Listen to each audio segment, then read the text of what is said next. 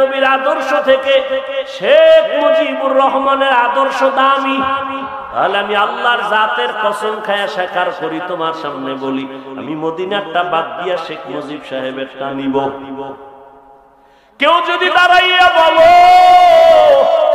মদিনার নবীর আদর্শ থেকে আরো দামি আদর্শ আছে জিয়াউর রহমান সাহেবের আদর্শ, বলতে পারেন আমি নবীরটা বাদ দিব, পারবা? ওরে জিয়াউর রহমান কেন, শেখ মুজিব সাহেব কেন, বড় বড় বড় বড় মহাপণ্ডিত আব্রাহাম লিঙ্কনের আদর্শ গণতন্ত্র, মাও সেতুনের আদর্শ, লেনিনের আদর্শ, কার্ল মার্ক্সের আদর্শ জমিনে তারা বাজারজাত করলো বানায়া বানায়া।